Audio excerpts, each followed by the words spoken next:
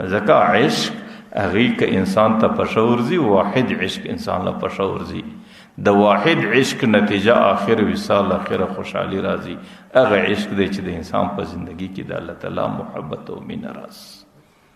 او د الله تعالی محبت او مینه داسې ده لکه پر دې لمر پر دې فضا باندې چې لمر راوخیږي، او چې لمر راوخیږي د هغې په مقابل کې ستوري ټوله بې نوره پاته سي. د الله د عشق او د محبت په مقابل کې نور محبتونه بیا ختمیږي. بیا د انسان د هر چا څه زیات په مسجد کې سات تېرېږي. بیا انسان ته سکون په مسجد کې، انسان ته سکون په عبادت کې. نن خو مصیبت دا دی چې موږ کله مسجد له راسو بیا مې در پښو اور لاندې دی. امام غریب په هر مسجد کې که 2 منټه وځنډېدی بیا پر هغه سړي باندې مځکه سره ده، بیا د مسجد د تذکروټه د پرسکروټه باندې سړی ناست دی. بیا په 1 منټ کې دی 10 واره وګړۍ ته ګوري، بیا 10 واره و دروازې ته ګوري چې دا ټیم څنګه واوښت. که د دې مسجد تر دروازه وروځي پر دې ځای باندې په غیبت او په بهتان باندې اخته، پر هغې کم نصیبه باندې ګنټې نه غمیږي، په ګنټو نه پوهېږي. لیکن په مسجد کې پر هغې باندې 2 منټه زندگی غمیږي. د هغې وجه څه ده؟ د هغې د الله تعالی سره یوه ذره مینه او محبت نشته. چې د الله سره مینه او محبت وي بیا خو مسجد د الله په کور کې دی، سړی د خپل محبوب په کور کې ناست دی. بیا خو لمونځ کول د الله تعالی ملاقات دی، د لمانځه په انتظار کې ناست دا داسې دی لکه لمانځه باندې ولاړ، او پر لمانځه باندې ولاړ داسې دی لکه د الله تعالی په مجلس کې ناست. او بیا عاشق د خپل محبوب د خپل معشوق په مجلس کې نه ستړی کېږي. او هغه غریب چې دلته ستړی معلومیږي نو بیا خو دا ښکاره خبره ده چې د هغې محبت د الله تعالی سره نشته. صرف رواج مجبوره کړی، صرف خلکو مجبوره کړی، او صرف عادت مجبوره کړی، او صرف یو څه مجبوره کړی بغیر د شوقه څه په مسجد کې کښېنستل. د هغې نتیجه دغې لکه تاسو چې په سترګو باندې وینئ.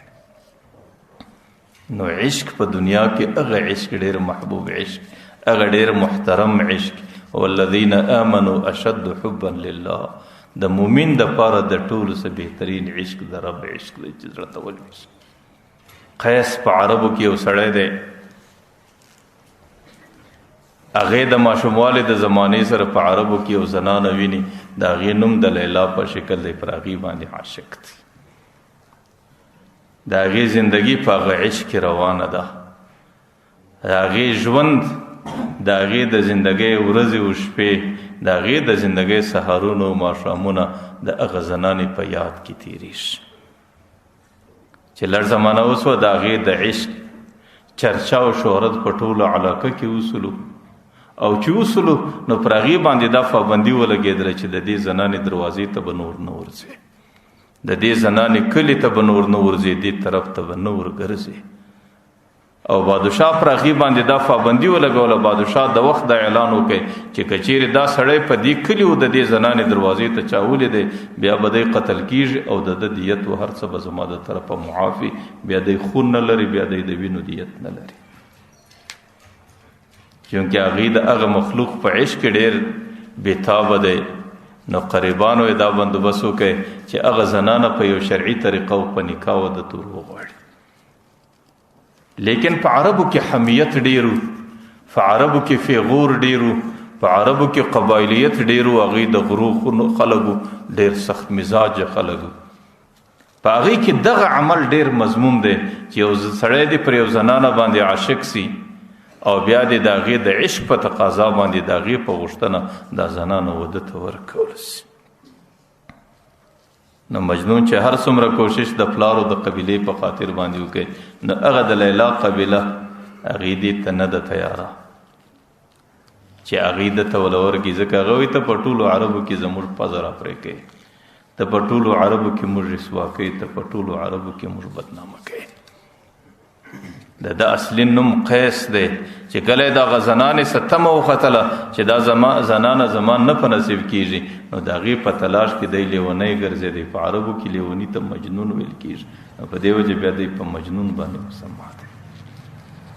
غریبانو چې کله دا ترتیب ولیدی چې دا خو نه کېږي او د دې ترتیب دپاره یو بندوبست نه برابریږي، اخر کوشش د دې لوی مشکل په دی وخت دا چې کوم مشکلات به پیدا سو دی به دستی بیت الله ته ځان رسوي چې راځي پر بیت الله باندې په دعا او چې الله تعالی مې د دې مشکل څخه خلاص.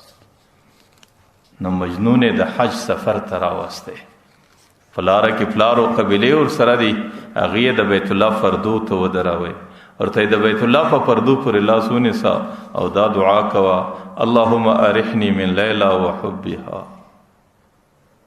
یا الله ما د لیلا سخلاص یا الله ما د لیلا د عشق سخلاص یا الله ما د دینه جوړه او د دې بیماری سخلاص.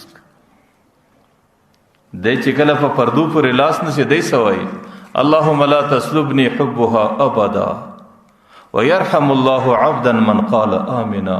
یا الله د لیلا محبت زما د زړه سم وکړه او یا الله چې کم څوک زما پر دې دعا باندې امین وای پر غي باندې خپل رحمتونه راوست چې کم څوک زما پر دعا باندې امین وای. بیا چې کله د عرفات میدان ته راورسېدې قافله رااله په قافله کې ژغ دی په قافله کې اتفاقا د یو زنانې نوم لیلا ده چې کله هغې د لیلا د نامه ژغ وکړي پر مجنون باندې پر غزې باندې بېهوش رااله. نو بیا چې کله په هوش کې رالی چې پوښتنه ځینې اوسه زما د محبوب نوم دلته واخیستل سو او چې د کوم چا په محبت کې زه ناقراره یم نو زه نه